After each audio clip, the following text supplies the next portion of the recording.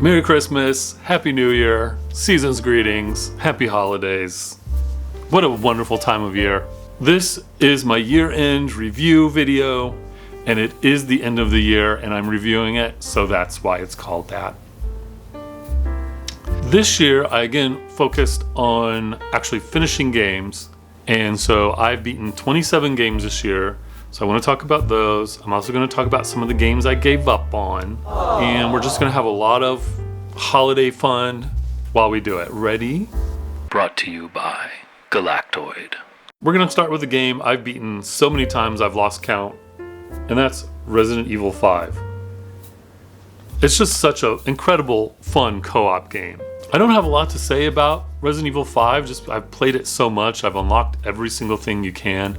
I will say, I hope the next Resident Evil remake is Resident Evil 5. That's what I hope. I'll tell you what a really fun thing to do is if you're playing co-op, always make sure you get to the door first and then keep hitting circle. So you say things like, Sheva! Sheva! Hurry! Come on! Sheva! Hurry! Roger. Come on! Okay. It's a lot of fun. And your co-op partner will love it. This was another game I've beaten already. Bramble the Mountain King. I like Bramble the Mountain King a lot. Visually, aesthetically, it's incredible looking. It goes from these fairy tale, storybook settings to just these really dark, gruesome, gory settings. I did a whole review on Bramble, so all I'll say is I still love it. I hope there's a sequel or the studio puts out something else. I'll definitely check it out. Okay, I'd never beaten this game before, but I had always wanted to. That's Transformers Devastation. This was made by Platinum Games, and it has that cel-shaded cartoon look from the 80s Transformers cartoon, and just visually, it's just right up my alley. Gameplay-wise, it was fun. It's just kind of a 3D beat-em-up. I'm not the biggest Transformers fan, but that is from my childhood, and I had a lot of those Transformers figures when I was little, and it was really cool seeing them again. And by the end of the game, I was ready for it to be done. I was really ready. Something funny happened where I didn't realize there was a upgrade tree or upgrade skill progression thing. So I never upgraded until almost the last level. But I beat it. So UFO Robot Grindizer, The Feast of the Wolves. I said it before when talking about this game that this has got to be somebody's dream game. Maybe that's the same with every video game made, but this especially.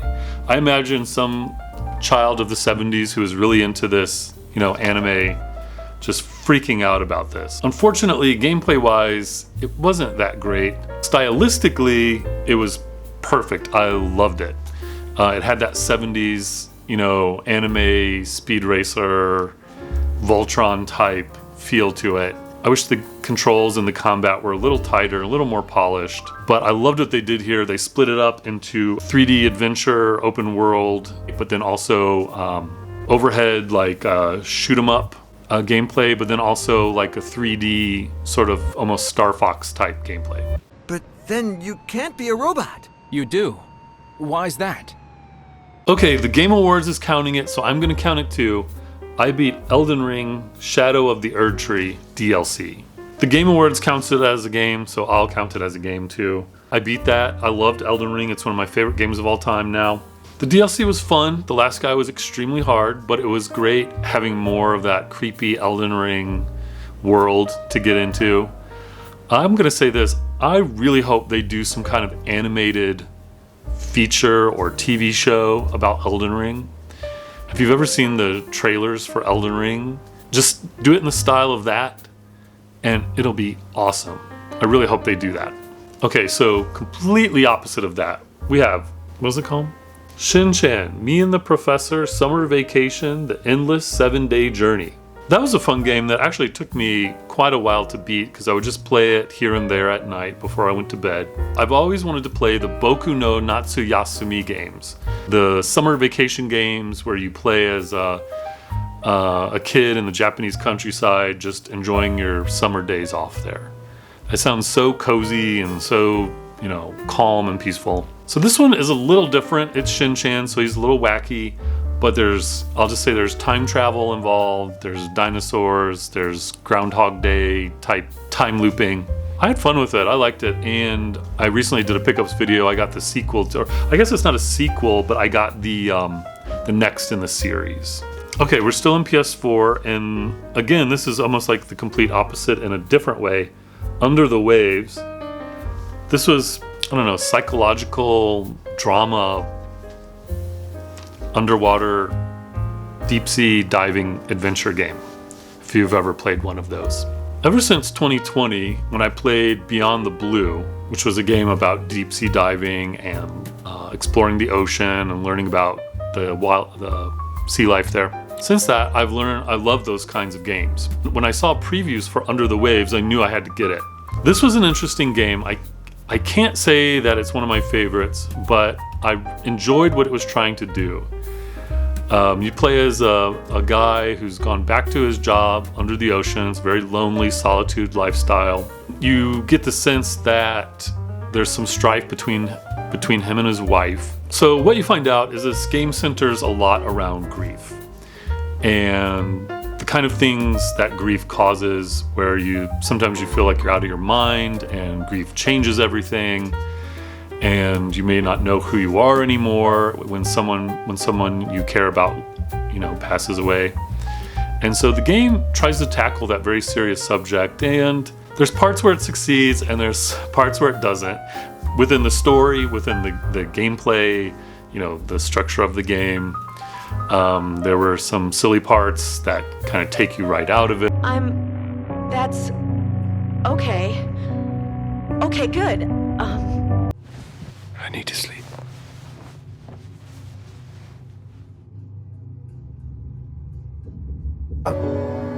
Drilling any holes? But I'm glad I beat it. I'm glad I played it. Okay, this is the arcade corner. I'm going to talk about sort of the shorter arcade games I played this year. A lot of them co-op. Starting with Metal Slug 3. I've discovered this year that the Metal Slug games and those older co-op arcade games are great for people who are new to gaming and are unsure about controls and maybe can't do the camera and all these complex controls all at once. They're great because those games were usually very simple, a jump button, a punch button, that kind of thing. Yeah, so we've been playing Metal Slug 1 through 4 here, including X, and loving it. Beautiful animations. The games still just hold up. They're so great.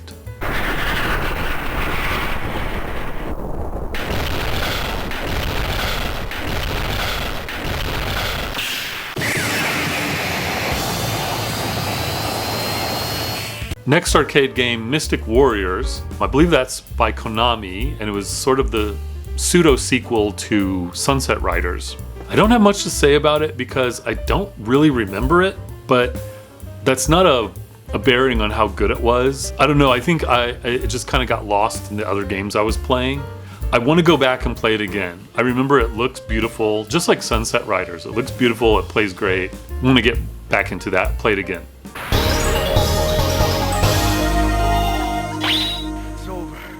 Okay, we also played Growl this year, which was a really fun game, obviously inspired by Indiana Jones, with a heavy environmental theme. You play as these adventurers who are breaking up some kind of poacher ring or something. You fight lots of women in dresses and office workers, I seem to remember. And the elephants help you, and it gets, no pun intended, it gets pretty grisly. Like, I remember the elephants stomping people to just pieces. It was great. These arcade archives are awesome.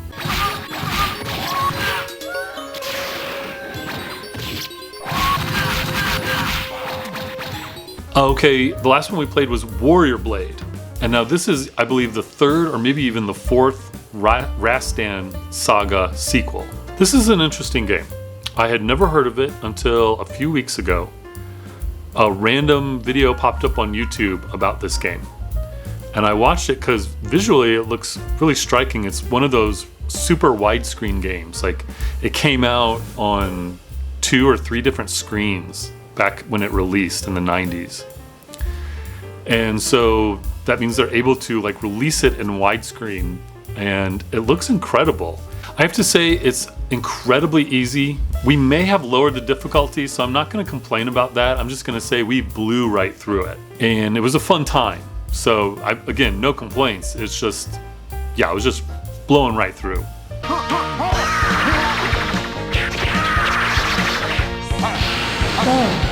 Follow this path. Okay, next is a game I've been wanting to beat for a very long time. And finally, I was able to do it this year. This is KO Flying Squadron on the Sega CD.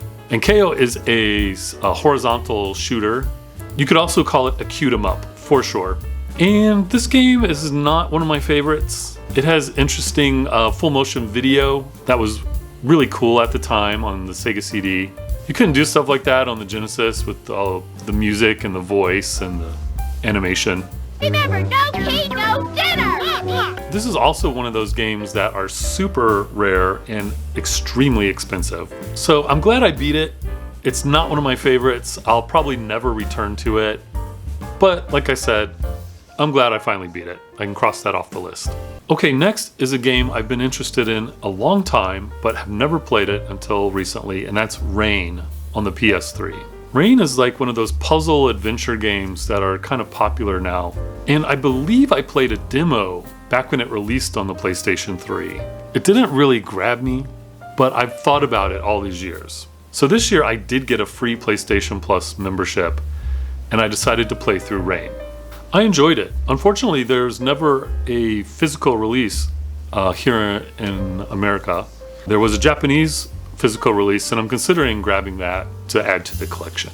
Downwell is another game I've had on my backlog for a long time, and I've played around with it, but there was a certain level that I just couldn't get past. And so finally, I was able to do that this year and beat it. I found the boss to be extremely hard, like maybe too hard compared to the rest of the game, but it's a really fun game, and I suggest you get it. It's usually very cheap, usually like $1 or something. And it's on lots of consoles, so you should grab it. Limbo is a game I've beaten at least once before, maybe even twice before. I think after this time I'm done playing it. I didn't get as much enjoyment. I think once you figure out all the solutions to the puzzles, the game itself is not that much fun, but it has that dark black and white creepy vibe to it that's really great, and a lot of the music is really nice, kind of ambient music. But yeah, I like those kind of creepy 2D puzzle platformers, Little Nightmares, Limbo, Inside. Yeah. Here we have Resident Evil Village Gold Edition. This has the DLC with the third person mode, and that's how I played it. I have to say, out of all the Resident Evil games, this one may be my least favorite. Actually, no, that's not true. Resident Evil 6 is my least favorite. I just can't get into the first-person mode Resident Evil games, 7 or 8. But when they released the DLC, I knew I could get into it. So, yeah, I played through it. It's just low on the list. I'm still into this series. That one just didn't click with me. Lollipop Chainsaw Repop. Now, I beat Lollipop Chainsaw on the PlayStation 3 where it originally released, and this is the remastered version. And from what I understood, there was a lot of bugs and a lot of issues that they had, that by the time I got to it, I think they had patched quite a bit of it up. There were still some things that were kind of off in the game. You could tell maybe it just wasn't optimized the best, which is unfortunate. It should have been just a really fun kind of romp through the game. The original was, I don't remember the original having any issues, but it was still fun. It's you know, that kind of cheesy B horror movie vibe to it, because some raunchy humor and, you know, decapitations and of zombies, of course. I don't know, I still enjoyed my time with it, but it has some issues still.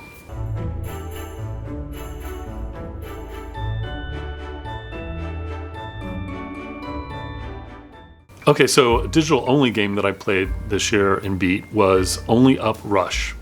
Now I think this is kind of a copycat of a game that I randomly heard about called Only Up.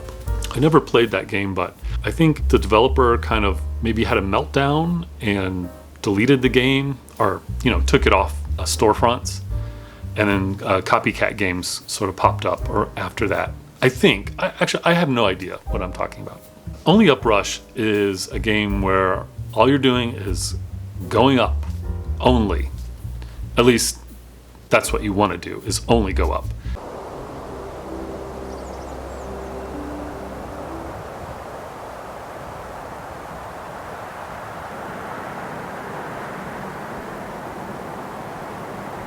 It's a lot of fun, honestly. It's a very simple concept, but a very fun one. And I hope that they refine this gameplay and, put out more games like this. And it's kind of obvious that maybe they're just using asset packs from game building software and just kind of using those kinds of models, which is okay. It's fine. I thought they were designed well. I never felt like it was designed poorly. The levels, I mean. But yeah, I had a lot of fun with it. It was a great time. And it's the kind of game where if you're into it, you can try and get better times. And I did. I beat it the first time. It took me a long time. And then I went right back in and beat it a second time at a much quicker pace. And it's on sale for pretty cheap. If it looks interesting to you, I suggest getting it. It's kind of a no-nonsense gamey game. It's just a video game. It's just a video game. It's hard to count this next game as being beat, but I'm going to count it. It's Vampire Survivors. I beat it before on the Switch, and I included it in one of these types of videos, but this year I beat it on the PlayStation 5. So I'm counting it again. Even though they just released the Castlevania DLC, which I haven't beat. I've cleared everything else. So I'm counting it as beat. That game's crazy. They need to do something to it to sort of reel it in, I think, at this point. Like, it's gotten too crazy. Oh, almost forgot about this game, Rocket Knight on the PS3. I think this game is also called Sparkster, or the first one is sometimes called Sparkster or Rocket Knight.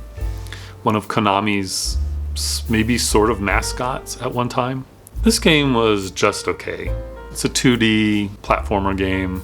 You're a little mouse or maybe a possum or something with a jetpack and a sword. And yeah, it was just okay. It was one of those games that I'd been looking at for years, wanting to play through it and beat it. And so I finally did that this year. That was sort of the theme of this year, is going back through and playing games I've wanted to play for a long time. And I think I'm going to continue that into next year. This should be my ending speech, not me talking right now. Okay, this game, Lake. So I want to talk about this game because so I did get a free PlayStation Plus trial membership this year, and it allowed me to play a lot of games that I've been wondering about. So one of them was Lake. It seems like the perfect game for me, where you're in a small town. I grew up in a small town. You're in Oregon. I live in Oregon now. It's set in the 80s. I forgot to mention it's set in the 80s. I grew up in the 80s. I love the 80s. And you're delivering mail and you're talking with all the people in town that you know and have grown up with. And it just sounds relaxing and cozy and just a fun, calm time. And it's unique. I mean, that's a unique sort of gameplay. The only other game where you can deliver mail that I know of is Paperboy. After hearing the synopsis of the game, that's a really kind of unique premise. So it just seems like this game is for me. But there's just a couple things that keep it from being a really great game, in my opinion. One of them is, while I was playing it, listening to the dialogue and the story they had written, I don't relate to it. There's a lot of things that I just don't relate to, and I won't get into because I don't want to spoil things in case you want to play it. And then I'll also say gameplay-wise, I feel like it could be a little more fun. Like, I get the feeling that, yeah, they wanted you to have sort of a cozy, relaxing experience with this game. But I think you can do that, but also make the gameplay a little more snappy and a little more intriguing. Your character moves very slow, and then there is a boost, but it's going from a slow walk to just a medium walk.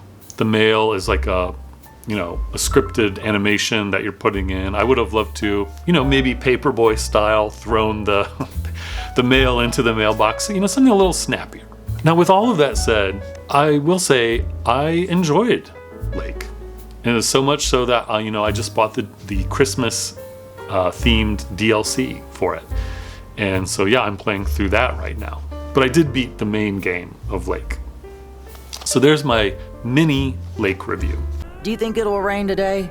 It's been raining a lot lately. Before we get to sort of my unofficial top 3 games that I beat this year, I'm gonna pull out some games that I gave up on, and one game that was kind of a disappointment, unfortunately. We'll start with the gave up ons. Now, both of these games that I gave up on, I believe are good games. However, they just didn't catch me. They didn't pull me in. One Piece Odyssey. I'd say I probably got a quarter way through, maybe even halfway through, and I just realized I just wasn't into it. And I don't know what it is. Sometimes you're kind of in the mood for a different style of game. This is a turn-based RPG, and I think I was just in a mood for something else. And I don't know what that was or is, but yeah, I will return to it. Even though I gave up on this game, I will return to One Piece. Sonic Frontiers. Kind of the same thing as One Piece, where I believe it's a good game.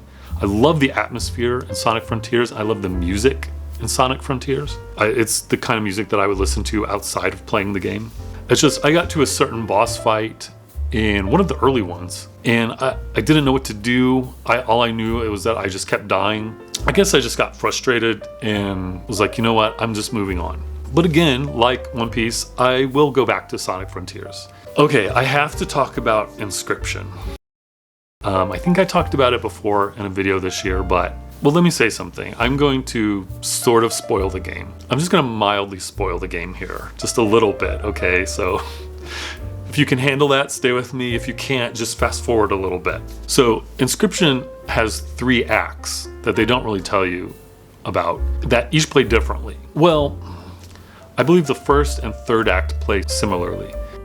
But the second act is a complete shift in gameplay wise. And, I went into the game not knowing about the different acts. And I enjoyed the first act so much so that when we got to the second act and the game completely shifts into a different game, basically, I was so let down. I was so disappointed. I was like, oh man, are you kidding me? I mean, I didn't make it very far before just completely quitting and giving up on.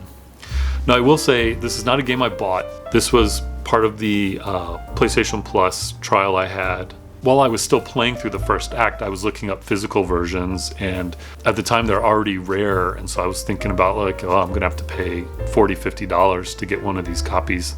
But then I hit the second act, and I was like, no, I'm not doing it. It's just this creepy card deck builder that is so much fun and is so creepy and scary and unnerving, and it just loses all of that in the second act. So yeah, unfortunately, I gave up on that. Okay, this next game is a good game, but it kind of disappointed me. That's Planet of Lana. It's a beautiful game. It's a fun game, I suppose. I don't know what it was that didn't click with me. If it was the gameplay or the story or the setting. There were some beautiful levels, I remember. I also remember thinking, this is kind of dreary and dark and, didn't want it to be. I don't know, I suppose I wanted it to be a little more action-y, maybe? Maybe that's what it was. You can tell that it was made with care, It just didn't click with me like I guess like I thought it would. I guess that's, my expectations on it. It's not that the gameplay isn't fun or anything. So I got my PlayStation 5 this year, out of the blue, from my boyfriend. And one of the first games I bought, if not the first digital download game I bought, was called After Us. Before even thinking about getting a PlayStation 5, I had just seen the game's trailer, and thought it looked so cool. A bit like Okami, I just thought it looked really cool. And so I was really kind of disappointed with it. I tried and tried and tried, but there's just one part where it's not apparent what you're supposed to do or how to do it. And I got so frustrated that I just said, you know what, no, I'm done, and I'm deleting it off my console. I should also mention I was frustrated with the level system, like how you get to a new level. It was so strange and complicated to me. And there were no tutorials about how to do it, not that I recall. Yeah, sometimes I couldn't even figure out how to get into a level to play it. So I was just, way too frustrated. I play games to have fun, So if I'm getting frustrated, I'm getting angry, that's a no-go. That's a quit. I give up on After Us. Yeah. Finally, these are sort of unofficially my top 3 games that I beat this year. There's no real order to any of these games, you know, as they come along, but these 3 were kind of special. So we're gonna go with Returnal. Actually, I bought Returnal before I had my PlayStation 5 because Best Buy had a sale on it for $15. I had a discount coupon for $5. So I got the game for $10, but this is, like I said, this was before I had the PlayStation 5. I had no idea I was going to get a PlayStation 5 this year. I just knew that I love the developer, Housemarque. They do the Super Stardust and Resogun. And this game was fantastic. The setting, the environment, and the vibes of everything are creepy. They're fantastic. You're in this old alien world. It's awesome. And of course, it's by Housemarque, like I said, so the gameplay is super tight. I had a wonderful time with it. Even my boyfriend watching me play it was intrigued by it, the story, and again, this has sort of a looping sort of time mechanic to it that you're not quite sure what's going on or what's actually happening here. But trust me, this was a really fun game, you know, but it's the kind of gameplay that you have to really focus and you have to really concentrate. And it's not like a From Software game, a Souls game. It's not like that, but in a way it is, just because it's the reaction time and the you know, mechanics of how you do the combat really matter. You have to really be on point with your playing skills here. I loved that game. The music was really good as well.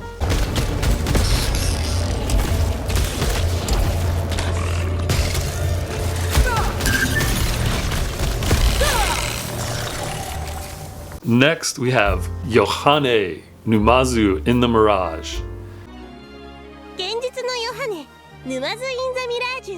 This was the first card deck battler, if that's what they're called, that I played, where you have these cards, a deck of cards, and you have to, you know, they interact with each other in certain ways, and this is how you beat the game. You know, it's basically a RPG with the card dynamic as the combat. And you know, I had tried Slay the Spire and was really put off by it. And that boils down to, you know, this might make me sound shallow, but it boils down to the visual presentation of Slay the Spire. I did not like it at all. However, this, with its sort of, you know, anime, cartoon, cel-shaded, bright graphical style, it was perfect for me. It's exactly what I would want.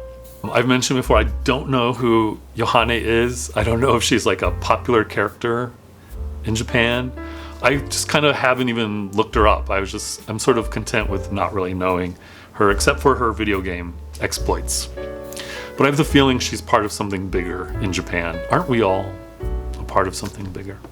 Anyway, Yohane could very well be my game of the year, and I'm serious. I wish there was more to it. Like, you know, there's not a 2-player mode. There really needs to be a 2-player versus battle mode. That would be incredible, like a local co-op. I don't know if it sold well or not, honestly. I don't hear a lot about it at all, but anyway, I loved it. So, Yohane. Finally, Astrobot. And you know what? Astrobot's Playroom, too. Those were the two, the one that came with the PlayStation 5 preloaded. I'm not going to talk a lot about Astrobot because everyone is doing, you know, Game of the Year reviews and all that kind of stuff. So all I'll say is I had a wonderful time. It was the kind of game where, and Yohane was like this too, where when I wasn't playing it, I would think about playing it and think about how much I wanted to play it. And that, you know, that just doesn't happen a lot anymore. It used to happen a lot when I was a kid, but, you know, I'd be at work and think, oh man, I can't wait to get home and play Astrobot. You know, I got to make time tonight to play Astrobot. Is that kind of game. And so whenever something like that, you know, has that kind of pull, you know, it's something special. And yeah, it draws on like nostalgia and stuff, but I don't know why. I don't think that's a bad thing, honestly. Sort of celebrating the history of PlayStation, and it is the 30th anniversary of PlayStation right now. So it's perfect. And not to mention that the gameplay is just perfect. For a 3D platformer, it's exactly what you want. Anytime I died or fell off or whatever, it was always me. It wasn't the game or, you know, the controls were too slippery or just whatever. The controls are perfect, very tight. Graphically, it looks incredible. So yeah, just awesome game.